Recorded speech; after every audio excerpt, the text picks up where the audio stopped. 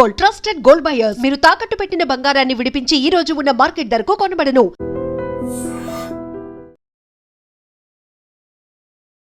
నమస్తే, welcome to I dream. నేను వలి. Mangli case బాధితుల సంఖ్య పెరుగుతోంది. ఇంకా చాలామంది ముందుకు వస్తూ ఉన్నారు. మేము 5 లక్షలు ఇచ్చాం, 10 లక్షలు ఇచ్చాం, 50 లక్షలు ఇచ్చాం, ఇట్లా చెప్తూ ఉన్నారు. అయితే అందరూ కూడా వేరే ఆ తండాలో ఉన్న వాళ్ళు ఏజెంట్లకి ఇచ్చి మోసపోయారు. ఆ ఏజెంట్ల ఇళ్ళ దగ్గరకు వచ్చి ఆందోళనలు చేస్తున్నటువంటి పరిస్థితి కూడా ఉంది. ఆ ఒత్తిడి తట్టుకోలేక చాలామంది ఆత్మహత్యలు చేసుకుంటున్నారు. కొంతమంది అస్వస్థతకు గురై గుండెపోటుతో చనిపోతున్నటువంటి పరిస్థితి ఉంది. మనకు అందుతున్నటువంటి సమాచారం ఇప్పటి వరకు 9 మంది చనిపోయారంట. ఇక మరి ఇన్వెస్టిగేషన్ పోలీసులు ఎంతవరకు వచ్చింది ఏంటనేది కూడా అప్డేట్ కూడా రావాల్సిన పరిస్థితి ఉంది. శేఖర్ భాషా గారు అలాగే అడ్వకేటు సుబ్బు ఇద్దరూ కూడా బాధితులు ఉన్నటువంటి తండాకు వెళ్ళారు. నేరుగా అక్కడ పరిస్థితులను పరిశీలించారు, బాధితులతో మాట్లాడారు. వాళ్ళ నుంచి అసలు ఎలాంటి సమాచారం వచ్చింది, బాధితులు వాళ్ళకి ఏం చెప్పుకున్నారు, ఇవన్నీ కూడా క్లియర్గా ఈ వీడియోలో మనం మాట్లాడదాం. నాతో పాటు శేఖర్ భాషా ఉన్నారు. నమస్తే అండి. నమస్తే. శేఖర్ భాషా గారు ఆ తండాలోకి వెళ్ళారు, బాధితులను కలిశారు, ఏం చెప్పారండి? యాక్చువల్గా ఇది ఇష్యూ అయిన దగ్గర నుంచి నేను సుబ్బుగా నాకు ఇలా కొంచెం పరిచయం, మామూలుగా ఇంటర్వ్యూస్లోని వాటిలో కలుస్తున్నప్పుడు 150 కోట్లు అప్పుడు ఇన్వాల్వ్ అయిందంటే ప్రాణాలు తీయడానికి కూడా వీళ్ళు వెనకాడరేమో అని బెదిరించారు కదా. నాకు కొంచెం ఆ భయం ఉండింది. ఊరికే ఫోన్ చేసి, అంటే రోజుకి ఒకసారి అయినా ఫోన్ చేస్తాను సుబ్బు గారికి ఫోన్ చేసి, సార్ సేఫా ఏమైనా హెల్ప్ కావాలా చెప్పండి అని అడుగుతుండేవాడిని. బట్ మొన్న పొద్దున్న ఒక ఆయన పాపం అదే మీరు చెప్పినట్టుగా ఇప్పుడు ఏజెంట్లు సపరేట్గా ఇచ్చేవాళ్ళు సపరేట్గా ఏం లేరు, ఇచ్చిన వాడే ఏజెంట్గా మారుతున్నాడు. ఇప్పుడు మీరు ఫస్ట్ ఒక 10 లక్షలు పెట్టారు, పెట్టిన తర్వాత ఒక 2 నెలలు మీకు 10 రూపాయలు వడ్డీ వచ్చింది, మీకు చాలా ఆనందం అయిపోతుంది. మీరు ఇంకో 10 మందిని చేరిస్తే మీకు కూడా కాస్త ఏదో కమిషన్ ఇస్తాం అది చెప్తారు. ఇది మల్టీ లెవెల్ మార్కెటింగ్ లాగా అనమాట. మీరు ఇంకొకరిని వాళ్ళు ఇంకొకరిని అలా చేర్పించుకుంటూ పోతున్న క్రమం. సో ఇక్కడ ఏజెంట్లు సపరేట్గా వేరే వాళ్ళు సపరేట్గా వేయలేదు, అందరూ ఏజెంట్లే, అందరూ బాధితులే. సో అందులో మీరు చెప్పినట్టుగా ఒక ఏజెంట్, ఆయన పేరు రమేష్ అనుకుంటా. ఆయన నేను 30-35 ఏళ్ళు ఉంటాయండి ఆయనకి. ఆయన ఒక కొడుకు 7-6 ఏళ్ళు ఉంటాయి కొడుకు. వాళ్ళ ఆవిడ ఆల్రెడీ చనిపోతే రెండో పెళ్ళి ఏదో చేసుకున్నాడు ఈ మధ్య. ఇప్పుడు సరే ఆయన చనిపోయాడు. ఈ వీళ్ళందరూ బయటకు వచ్చి మా పచ్చి బూతులు, ఆడెవడో నాకు తెలుసా, ఆ రమావతి మధు నాకు తెలుసా, ఆ బాలాజీ నాయక్ నాకు తెలుసా, ఆ మంగ్లీ నాకు తెలుసా, వీళ్ళెవ్వరు నాకు తెలియదు. నేను నీకు డబ్బులు ఇచ్చా, నువ్వు దేగుతావా, పాకుతావా, కిడ్నీ అమ్ముకుంటావా, ఏం చేస్తావో నాకు అవసరం లేదు, నువ్వు ఏమైనా చెయ్యి, నా డబ్బులు నాకు. చిన్న అమౌంట్ కూడా కాదు, 50 లక్షలు. దానికి నువ్వు ఎట్లా అయిపోతే 5 కోట్లు ఇచ్చిన వాళ్ళు ఉన్నారు అదే ఊళ్ళో తాండాలో. 5 కోట్లు అందరి దగ్గర కలెక్ట్ చేసి ఇచ్చాడా, ఒకటే ఇచ్చాడా? కలెక్ట్ చేస్తేనే అంతంత. అక్కడ తాండాల్లో ఉన్న వాళ్ళకి అంతంత డబ్బులు రావడం కూడా ఆశ్చర్యం వేస్తుంది నాకు. నేను కట్ చేస్తే నేను తెలుసుకుంది ఏంటంటే వీళ్ళందరూ పొలాలు పెడుతున్నారు, లిటరల్లీ చూపిస్తున్నారు. అయ్యా నేను వచ్చానని వాళ్ళు ఏమి మేకప్లు చేసుకోలేదు కదా, నేను మామూలుగా యాజ్ ఇట్ ఈజ్గా అలా వెళ్ళిపోయాను. పసుపు తాడు చూసి చూపిస్తుంది, ఇది తాళిబొట్టు కూడా ఇచ్చేసి అమ్మేసి, అంటే అంత ఆశ పెట్టారు వాళ్ళకి. సరే సుబ్బు గారు ఫోన్ చేశారు, ఇట్లా వెళ్దాం అని చెప్పన్నారు. ఇంకా నేను కూడా బయలుదేరాం 8 అలా రీచ్ అయ్యాం. మాకు దారిలో అంతా పెట్రోల్ కష్టాలు, ఎక్కడ మొత్తం పెట్రోల్ బంకులన్నీ ఒక కిలోమీటర్లు ఉన్నాయి. సరే అదృష్టం అండి, ఏదో ఒక పెట్రోల్ బంక్. ఈవినింగ్ 8కి వెళ్ళారా? ఈవినింగ్ 8కి వెళ్ళాం. వెళ్ళిన తర్వాత దేవరకొండ నుంచి కనీసం ఒక 20 కిలోమీటర్లు. దారి కూడా ఎట్లా ఉందంటే చిన్న సన్నటి దారి, మట్టి దారి, అట్లా తిక్కుపోతుంటే ఒక విసిరేసినట్టుగా ఒక తాండా, పాల తాండా అనుకుంటా దాని పేరు. నాకు అనిపించింది ఇంత దూరం ఎలా దూరపడ్డారు రా వీళ్ళు. అందరూ అక్కడ తాండాలనే టార్గెట్ చేశారు వీళ్ళు.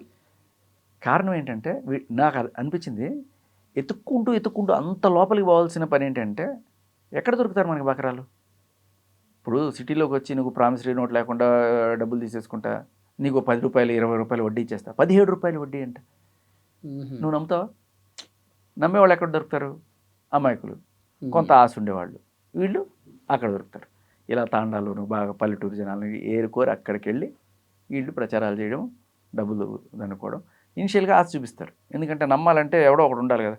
అది మన బంధువు అయ్యాడు అనుకో, వాడు సరేరా నేను చూసుకుంటా అని చెప్పి వాడు టకటకానే ఒక 3-4 నెలల పాటు 10 రూపాయల వడ్డీలో 15 రూపాయల వడ్డీలో ఇస్తుంటే అబ్బబ్బబ్బ భలే ఉంది కానీ టక ఊరు మొత్తం అన్ని పొలాల బుట్టలు మొత్తం అమ్మేసి తీసుకొచ్చి పెట్టేశారు. సో ఈ అక్కడికి వెళ్ళినప్పుడు నాకు అదే అనిపించింది, పాపం వెతుక్కుంటూ ఇలా లోపలికి వెళ్ళి ఈ పల్లెటూరు జనాలు మోసం చేయడానికి పెద్ద స్కెచ్ చేశారని చెప్పి. అందులో ఆ ఊరికి దగ్గరలోనే వీళ్ళ ఊరట, మంగ్లీ వాళ్ళ ఊరట. అదేంటి మంగ్లీ గుత్తి కదా, కర్నూలు దగ్గర కదా అంటే అక్కడ ఉంది, ఇక్కడ కూడా ఈవిడికి బంధువులు ఉన్నారు, వీళ్ళిద్దరూ ఎవరు బాలాజీ అండ్ మధు కూడా ఈవిడికి బంధువులే అవుతారని ఆ ఊళ్ళో వాళ్ళు చెప్తున్నారు. ఆ పక్క ఊళ్ళోనే ఉంటారండి వీళ్ళంతా అని. ఇంకొకటి ఏంటంటే ఈ బంజారా వాళ్ళందరికీ కూడా ఈవిడ ఒక ఐకన్, అంటే మన కులానికి వెన్ను తెచ్చిన మహిళ ఈవిడ, ఇంత మంచి పేరు తీసుకొచ్చింది, మన పాటలు ఇవన్నీ కూడా తీసుకొస్తుంది అని చెప్పి అందరూ కూడా ఈవిడ నెత్తిన పెట్టుకున్నారు. మన అమ్మాయి మనల్ని ఎందుకు మోసం చేస్తుంది, కరెక్ట్, మోసం చేస్తుందనే ఆలోచన కూడా ఎవరికి లేదు. అరే మన మంగ్లీ అనుకుని మన డబ్బులు సేఫ్ అనుకున్నారు. ఆవిడకున్న పాపులారిటీ అక్కడ ఎమ్మెల్యేగా పోటీ చేస్తే గెలిచేస్తాదేమో, అంత పాపులారిటీ ఉంది. అటువంటి ఆవిడని చూసి వీడు నమ్మి పెట్టేశారు. వాళ్ళు అదే చెప్తున్నారు, ఆ బాలాజీ నాయక్ ఎవడండి, ఆ మధు ఎవడండి, మాకు వాళ్ళెవరు కన్నా ఈవిడ తెలుసు, ఆ పక్కన వాళ్ళ ముగ్గురు దోస్తులు మంచి ఫ్రెండ్స్ అని తెలుసు మాకు ఫస్ట్ నుంచి, అందుకనే మేము పెట్టేశాం. పోలీసులు పెట్టారే, ఆ ఊళ్ళో హెడ్ కానిస్టేబుల్ వాళ్ళు కూడా పెట్టారు ఆఖరికి నమ్మి డబ్బులు. ఎన్ని లక్షలు పెట్టారు పోలీసులు ఏమన్నా తెలిసిందా? 10 లక్షలు 15 లక్షలు ఇట్లా పెట్టిన వాళ్ళు ఉన్నారు, అది కోట్లు పెట్టిన వాళ్ళు ఉన్నారని చెప్తున్నాను కదా. ఆ ఒక్క తాండా చుట్టుపక్కల తాండాల్లోనే 30 నుంచి 40 కోట్లు కలెక్ట్ చేశారు వాళ్ళు. వెళ్ళినప్పుడు కరెక్ట్గా ఇంటికి వెళ్తే ఒక 150 మంది అక్కడ పాపం అంత్యక్రియలు అయిపోయి అక్కడ అందరూ ఏడుపులు గొడవలు నడుస్తున్నాయి. సరే వెళ్ళాను నేను, సుబ్బు గారు గుర్తుపట్టారు, వాళ్ళు మాట్లాడడం మొదలెట్టారు. అయ్యా ఇట్లా ఎవడో భీమ్లా నాయక్ అని, మన భీమ్లా నాయక్ అక్కడ కూడా ఒక భీమ్లా నాయక్ ఉన్నాడు, ఆయనకి వీళ్ళ దగ్గర నుంచి బాగా డబ్బులు పోయాయని ఇలా ఇవన్నీ కూడా చెప్పుకుంటూ వస్తున్నారు. సరే ఏడ్చేవాళ్ళు ఏడుస్తున్నారు పాపం. నేను ఆయన చనిపోయిన ఆయన ఎవరు ఏంటి అని అనుకోవడానికి వెళ్ళి చూస్తే వాళ్ళ రెండో భార్య పాపం, ఆవిడేమో విధవరాలయ్యి ఆవిడ. అలాగే కొడుకు, వాడిని చూస్తే వాడు 7 ఏళ్ల పసివాడు పాపం, వాడికి ఏమీ తెలియదు, తల్లి లేదు తండ్రి లేదు. ఇప్పుడు ఎలా వాడి కూడా అర్థం కాలే నాకు. అక్కడ ఇంకా జనాలతో మాట్లాడుతుంటే వాళ్ళు అస్సలు మామూలుగా కాదు, అంటే వాళ్ళ బంజారా భాషలో చెప్తున్నాను, మీకు చూపిస్తా ఒకసారి చూడు వాళ్ళు మాట్లాడిన మాట. ఎవరన్నా బంజారా వస్తే ట్రాన్స్లేట్ చేసి కామెంట్స్లో పెట్టండి.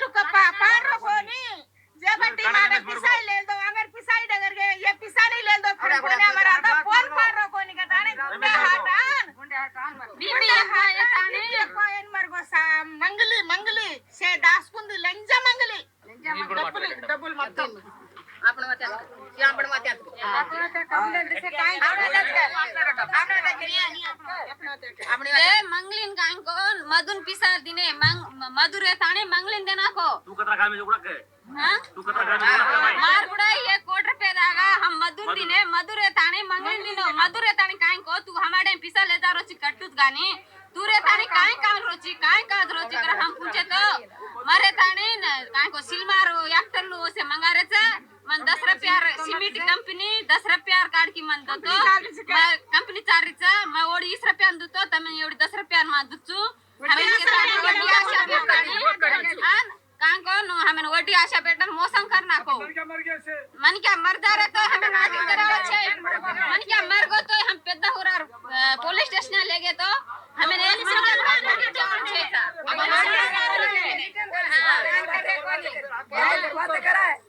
पुलिस वाली कान कर रहे कोन है मैंने वो तो थाना की दे तो थाना करन दे वाले पुलिस वाले रिटर्न मार रहे मार रहे पुलिस वाले तो सब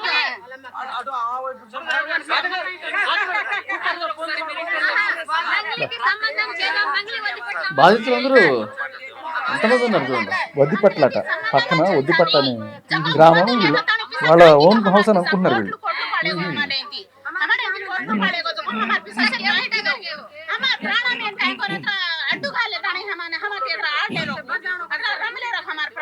बाकी वाला हमारी इज्जत से काट रहा नहीं हमारा हमें मार लेने से ये मधु बालाजी कत्ता डगर गे बेटा भीमा बेटा का डगर को ये गौतम का डगर को ये क्वारी का डगर की बहुत क्वारी का डगर की ये बहुत से कत्ता डगर की मंगली काहे कर ली गाली लंजा मंगली हमें काहे करन हम आड़ा मौसम कर रही भोसी हां हमार पिसा से ले था काहे काम की देते పోక పేట 100 కోట్లు घर बंदारी लंजा 100 कोట్లు दी घर भंडारी लंजा मुंडा के लाइला इसा अत्रा पिसा काला दिया है वो 2 కోట్లు కార్ ఈమె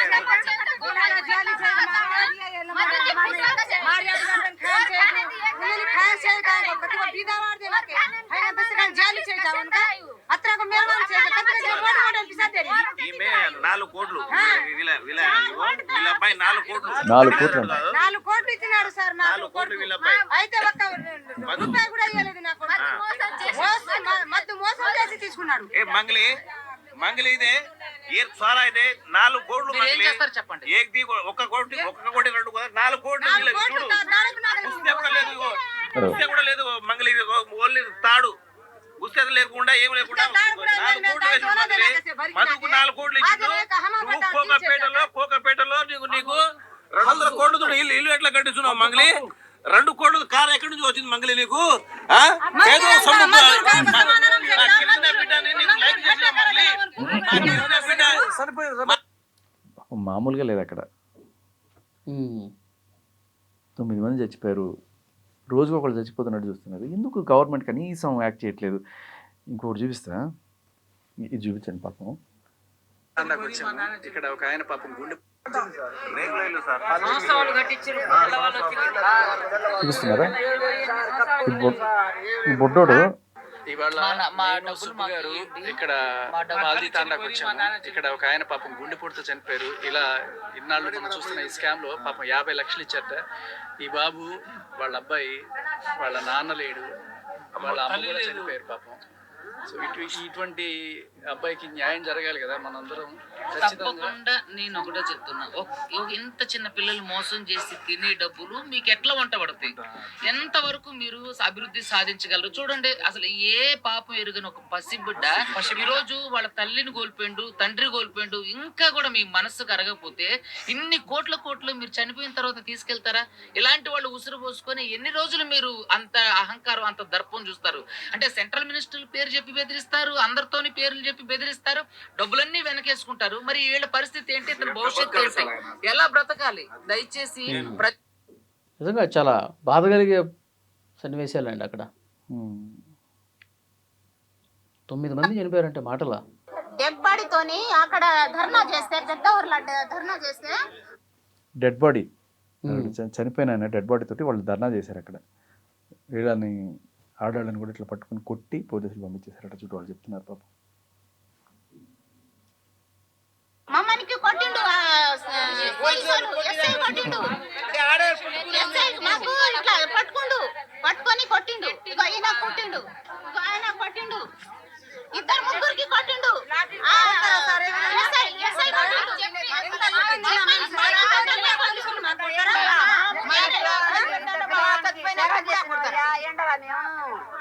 ఇంత గోసా చేసిన ఆ పోలీసు న్యాయం ఉందా? అసలైనా న్యాయం ఉందా? పొద్దు నుంచి మధ్యాహ్నం దాకా నిలబడితే వాళ్ళందరూ కూడా వచ్చి లేడీస్ వాళ్ళు అందరు వచ్చి మమ్మల్ని కొట్టినారు. వాళ్ళు పెద్ద ఊర్లో పోలీస్ స్టేషన్ ముందర కొట్టిరు. అంటే బాధితులకు న్యాయం చేయకపోగా వాళ్ళనే కొట్టి వాళ్ళని బెదిరించి పంపించేసే కార్యక్రమం జరుగుతుంది అనేది ఇక్కడ చాలా పెద్ద విషయం. ఎందుకంటే ఇక్కడ పంజగుట్టలో సుబ్బు గారు వెళ్ళి కేసు పెట్టినప్పుడు కూడా ఆయన మీదే తిరిగి డ్రంక్ అండ్ డ్రైవ్ చెక్ చేయడం, అక్కడ ఉండే వాళ్ళందరి మీద కూడా. ఆ తర్వాత హిమకాంత్ రెడ్డి అని ఒక ఆయన ఉన్నాడు, ఆయన మీద రివర్స్లో ఈ మధు వెళ్ళి సరెండర్ అయిపోయి మంగళిని తప్పించడానికి అన్నట్టుగా అసలు మంగళికి ఏం సంబంధం లేదు అని చెప్పి ఆయన మాట్లాడతాడు. అక్కడ దానికి తోడు ఈ బాధితుల తరపున పోరాడడానికి వచ్చిన హిమకాంత్ రెడ్డి మీద ఈయన చెప్తాడు. ఆ డీసీపీ గారు వచ్చి ఆ హిమకాంత్ రెడ్డిని అరెస్ట్ చేస్తే మాకు ఇంకా డీటెయిల్స్ తెలుస్తాయంటాడు. అంటే ఇప్పుడు ఏంటి, బాధితుల పక్షాన పోరాడే వాళ్ళ మీద కూడా కేసులు పెట్టి వాళ్ళని అరెస్ట్ చేస్తామంటే ఇంకా వాళ్ళు పోరాడే వాళ్ళని వీక్ చేస్తున్నట్టే కదా. ఇక్కడ రోజుకొకటి చచ్చిపోతున్నాడు. ఎవరు రెస్పాన్సిబుల్? ఎవడు ఉద్యోగం వాళ్ళు చేసుకుంటున్నారు, ఎవడు ప్రాణం పోయినా వాళ్ళకి మన పని మనం చేసుకుందాం, ఎవడు చేస్తే మనకేంటి అనుకుంటున్నారా? ఇప్పుడు మీరు తండాల్లోకి వెళ్ళారు కదా భాష గారు, వాళ్ళు ఎప్పుడన్నా మంగ్లీని చూశారంట? మంగ్లీ వాళ్ళ తండాల్లోకి రావటం కానీ వాళ్ళతో అరే మాట్లాడటం గానీ? మా పక్కూరే అండి, ఎన్నిసార్లు చూసాం మేము అని చెప్తున్నారు వాళ్ళు. వద్ది తాండా వద్ది పట్ల అనుకుంటా వాళ్ళు ఆవిడ పేరు చెప్తుంది కూడా. ఉమ్, ఉమ్. ఎవ్వడితోనే ఉన్నాం మేము ఇది పాపం ఇది వినండి మీరు, ఇది ఖచ్చితంగా దయచేసి రేవంత్ రెడ్డి గారికి ఇది ఖచ్చితంగా చూపించాల్సిన ఇది. వాళ్ళందరూ కూడా ఉమ్. అన్న రేవంత్ రెడ్డి రావాలని చెప్పి మేము అందరం ఓటేసి గెలిపించాము, మీరు మహిళలకు ఉచిత బస్సు ఇప్పిస్తామని చెప్పారు, ఇచ్చారు, కానీ ఇవాళ మా పరిస్థితి ఇంత దారుణంగా ఉంది, మీరు న్యాయం చేయరా మాకని చెప్పి భర్తను కోల్పోయిన ఆ ఆడబిడ్డ అడుగుతుంది. ఒకసారి చూడండి. ఆయన చనిపోయిన ఆయన భార్య.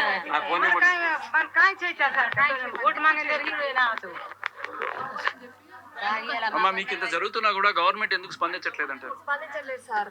మా ఆయన చచ్చిపోయిండు, నాకు ఒక చిన్న బాబు ఉన్నాడు. ఆ బాబుని చూసుకొని నేను బతకాలా, లేకపోతే ఏం చేయాలి నేను? రేవంత్ రెడ్డి సార్ ప్లీజ్ మీకు దండం పెడతాం, మాకు న్యాయం చేసేటట్టు చూడండి. బాలాజీ ఎక్కడ ఉండో తెలియదు, ఎవరు ఎక్కడ ఉన్నారో తెలియదు. అట్లా మాకు జర న్యాయం చేయండి సార్, మీకు దండం పెడతాం.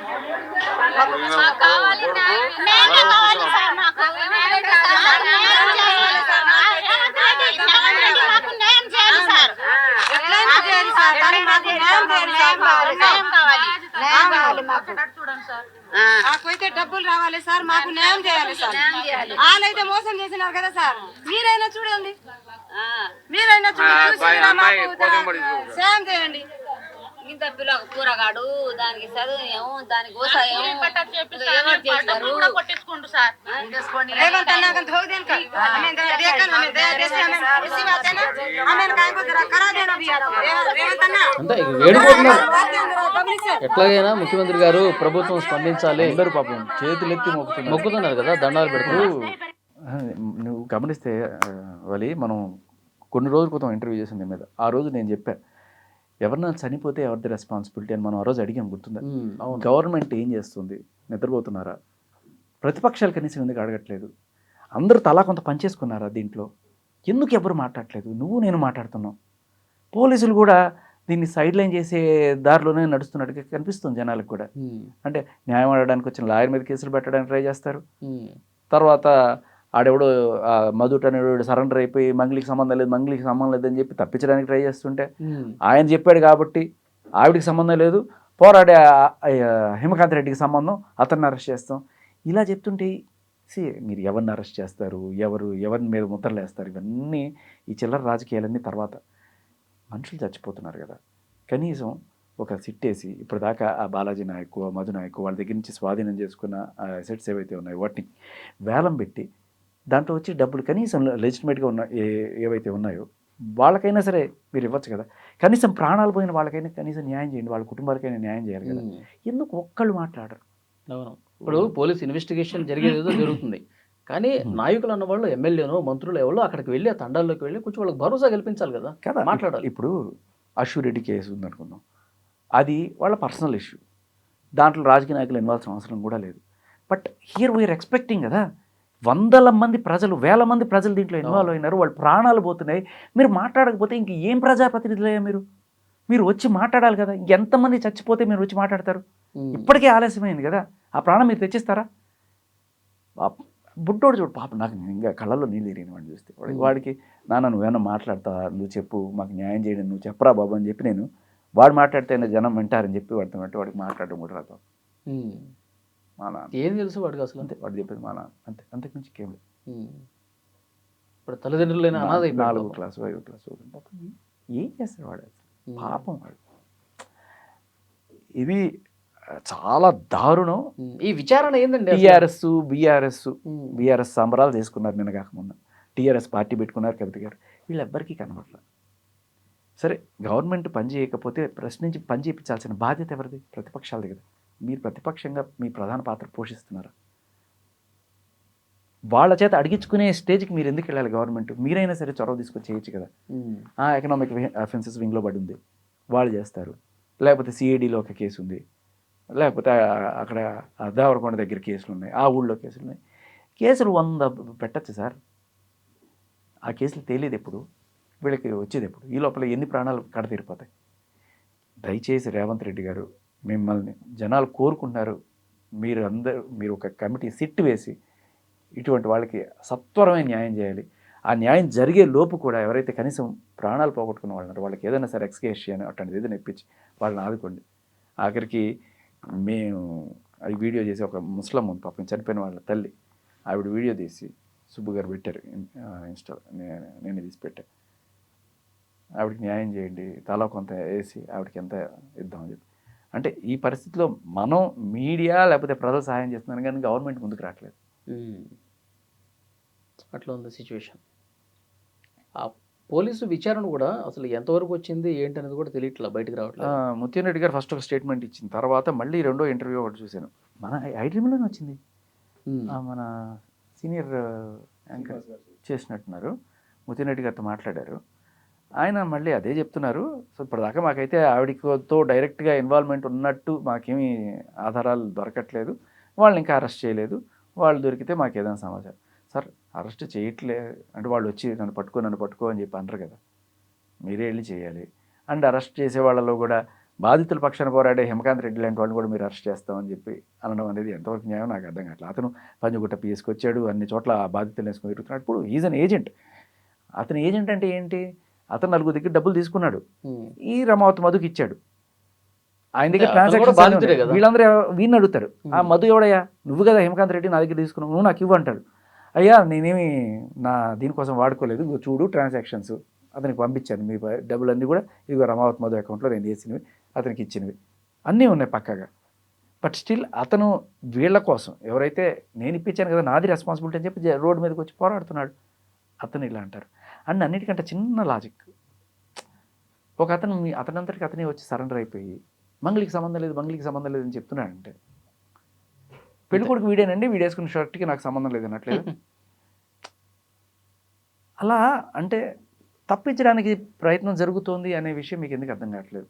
ఆవిడకి ఎంత సంబంధం ఉందో ఏంటో నాకు తెలియదు. బట్ ఆయన చెప్పాడని చెప్పడానికి కాదు కదా, మీరు ఆ ట్రాన్సాక్షన్స్ తీసామండి, ఇగో ఈ ట్రాన్సాక్షన్ ఇన్ని కాల్ రికార్డింగ్స్ ఉన్నాయండి, లేకపోతే సీడీఆర్ తీసామండి, ఆ సీడీఆర్లో వీళ్ళిద్దరూ కలిసి ఉన్నట్టుగా ఇన్ని లొకేషన్స్లో ఇంత గంటలు ఉన్నాయండి, దిస్ ఈజ్ సస్పీషియస్, లేదు అసలు లేదండి అంటే లేకపోతే లేదు, ఇది చెప్తే జనాలకు కాస్త క్రెడిబిలిటీ. ఇప్పుడు ఎందుకంటే వాళ్ళని మనం శంకించాల్సిన అవసరం లేదు, పోలీసులు వాళ్ళ పని వాళ్ళు చేసుకుంటూ పోతుంటారు.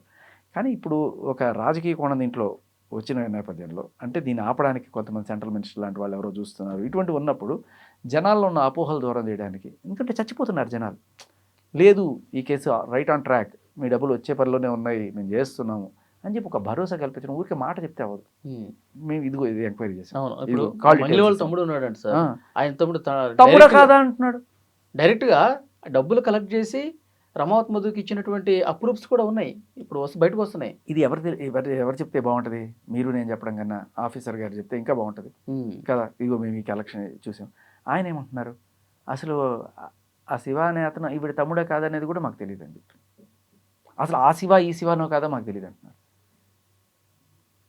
సో అండ్ దీనివల్ల ఏంటంటే అది being an officer we expect you to know Shiva అనేవాడు మంగ్లీ తమ్ముడా కాదా, లేకపోతే ఈ శివ ఆ శివనే కాదా అని చెప్పి మాకు తెలీదు అంటే, సార్ మీరు తెలుసుకొని చెప్పడానికి కదా, మీకు తెలియదు అంటే మేము చెప్పడానికి రెడీగా ఉన్నాం.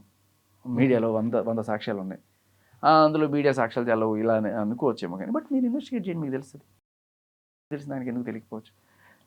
ఇన్వెస్టిగేషన్ ఏమన్నా సో ఇప్పుడు ఆయన ఒక్కళ్ళ పరిధిలోనే మాత్రమే, ఆయన ఇంకో మాట కూడా చెప్పారు మన ఐడ్రీమ్లో వచ్చిన ఇంటర్వ్యూలోనే, ఒకప్పుడు న్యాయం చేయడానికి మాకు కొంచెం గట్టి అధికారాలు ఉండేవి, ఇవన్నీ ఇప్పుడు చట్టం చాలా స్ట్రిక్ట్గా ఉంది, సో మేము అనుకున్నా కూడా ఇంతకుముందు చేసినంత ఇదిగా చేయలేకపోతున్నాం.